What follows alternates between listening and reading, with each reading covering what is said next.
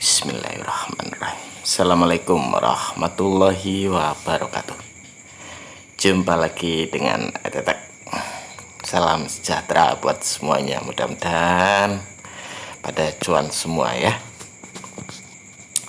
Oke teman-teman, kali ini saya akan coba bahas tentang cara sederhana untuk cuan saham. Basisnya kita lihat dari laporan kuartal. Nah, caranya seperti apa? Yang simpel-simpel saja ya. Oke. Yang pertama saya akan pakai basis dari info di website. Jadi kalau teman-teman bingung nanti caranya seperti ini. Teman-teman buka Google, terus ketik saja terserah Q1 saham blogspot. Nah, Q1 saham blogspot. Nah, di sini tuh ada IDX investor blogspot.com. Teman-teman klik aja ya. Ini basisnya dia pakai blog, tapi bagus. Nah, ini kan kita tidak dapatannya, kita buka home-nya saja, kita ke depannya saja.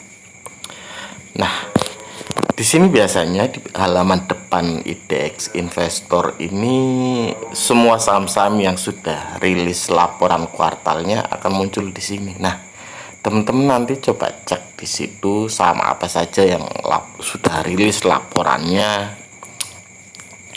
Teman-teman bisa cek yang sudah rilis, terus nanti teman-teman cek di RPI apa benar sudah rilis. Misalkan kita cek di sini ya.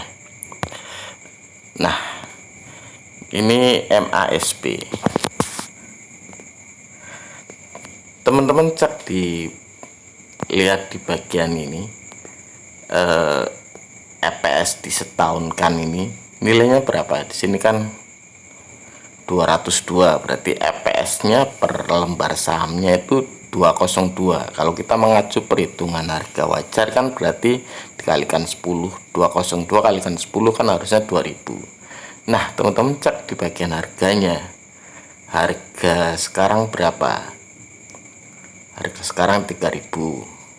Nah, setelah itu kalau memang dia sahamnya under value, teman-teman bisa cermati kalau memang laporannya naik atau turun. Nah, jelasnya setelah ada info rilis laporan yang ada di IDX Investor ini, terus teman-teman lihat di RT-nya tadi apa? MASB ya. Kita cek MASB.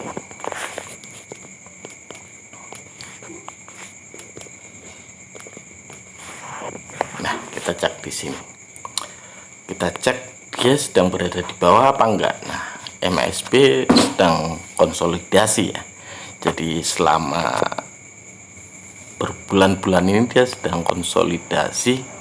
Kita cek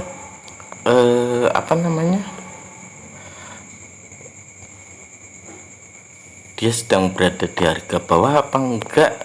Terus kalau bisa teman-teman cek juga pakai ya finance-nya, cek chartnya apa ada volume pembelian besar atau tidak, atau teman-teman bisa cek di bagian asingnya ikut akumulasi apa enggak.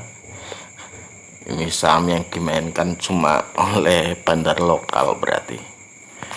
Nah, setelah itu teman-teman bisa lihat di sini. Nah, laporan kuartal MASB itu meludak jadi bengkak pada tahun 2021. Ini lumayan bagus. Nah, kalau memang sudah seperti itu, teman-teman cermati besoknya. Kan dia belum naik tinggi tuh. Teman-teman dapat cermati besoknya seperti apa. Nah, kalau bisa teman-teman cek di chartnya. Chartnya berarti di sini. Sebentar, saya tambahkan dulu. Teman-teman cek di chartnya. Kita coba cek chartnya MASB ya. karena apa namanya, indikasi termudah suatu saham akan bergerak naik itu volume. Ya kita cek saja volume pembeliannya lagi besar enggak. Kalau ADX-nya sudah terkonfirmasi, jadi ada kemungkinan up lumayan jauh. Kita coba cek kalau grafik gerahannya belum terlalu bagus, kita cek bulanannya, mingguannya. Ya aslinya MASB memang boleh teman-teman cermati. Nah seperti itu. Kalau bisa volume pembeliannya lagi meningkat atau ADX-nya sudah membentuk pola up, jadi arsirannya biru seperti itu, berarti teman-teman layak cermati. Seperti itulah. Kalau memang masih di bawah dan laporan kuartalnya memang naik tinggi, teman-teman bisa cermati itu untuk melihat pergerakan harga sahamnya besoknya ya. Atau kalau teman-teman pakai punya akun iPod, teman-teman bisa mencoba mencermati di sini bagian news, terus teman-teman klik bagian saham, terus klik bagian result. Nah di sini saham-saham, semua info saham-saham yang rilis laporan ada dan teman-teman bisa lihat. Misalkan ini MBSS, dia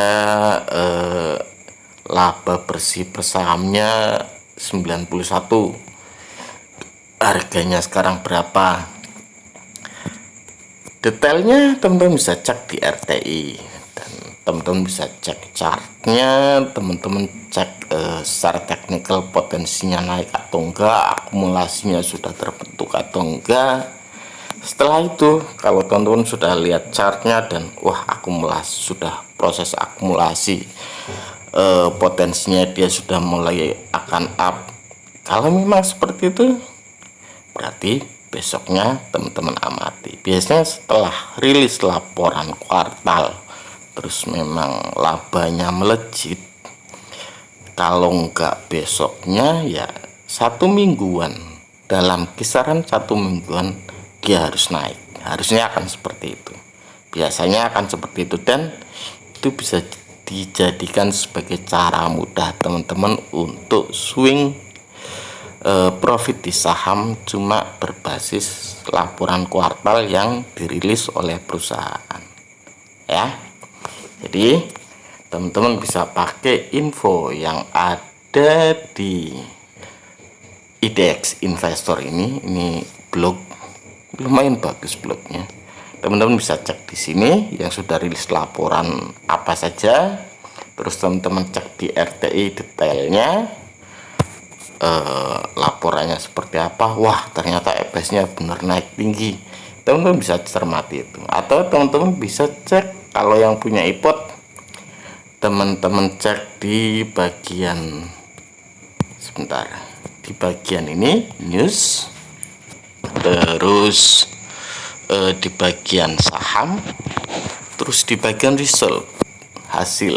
Nah di sini semua saham-saham yang sudah rilis laporan bisa teman-teman lihat. Oke, itu caranya. Dan sebetulnya di saham itu nggak terlalu harus pusing-pusing amat teman-teman. Jadi basis kalau buat para apa namanya fundamentalis, maka basisnya laba atau PER, price earning ratio, itu basis mereka untuk melihat apakah suatu saham under value atau tidak. Itu basis termudah mereka melihat dari PR-nya, price earning rasionya. Biasanya yang di bawah 10 yang bakalan dilirik sama fundamentalis biasanya. Atau di bagian, jadi sebentar saya cek di RTI. Jadi biasanya kalau para fundamentalis lihat dari ini PR, price earning rasionya, yang biasanya diuber sama mereka biasanya PR di bawah 10, karena PR wajar itu 10, biasanya sampai 20 dianggap wajar. Kalau PR sampai di bawah itu berarti mereka akan bilang kalau itu under value atau simpelnya murah lah ya. Atau mereka bisa melihat dari book value per share-nya, BVPS, book value per share. Kalau di sini BVPS-nya 2180. Kalau nggak BVPS, net asset value per share-nya atau NAVS-nya itu bisa jadi acuan. Kalau harga saham masih di bawah net asset value per share-nya atau BVPS-nya, book value per share-nya, berarti kalau para fundamentalis akan bilang kalau sahamnya undervalue. Atau kalau buat para teknikal, biasanya mereka patokannya pada analisis chartnya, bagaimana mengamati apakah sudah ada volume pembelian gede atau tidak, terus volumenya ada spik terbentuk atau tidak, dan segala macamnya. Jadi terserah teman-teman mau pakai cara yang mana. Intinya kalau saham sebetulnya prinsipnya itu, prinsip dasarnya adalah investasi. Artinya kita naruh uang itu karena basisnya kita tahu bahwa setelahnya harga pasti akan naik, makanya seseorang membeli saham.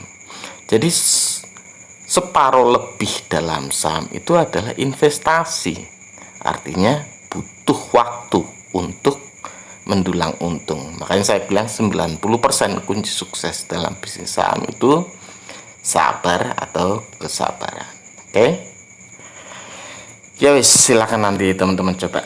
Intinya dalam saham itu, kalau saran saya sih, ambil yang baik, beli yang baik, fundamentalnya baik. Kalau bisa berdividen, beli saat harganya sudah di bawah, apalagi volume pembeliannya sudah ada lonjakan, artinya sedang ada yang mengakumulasi, beli sudah.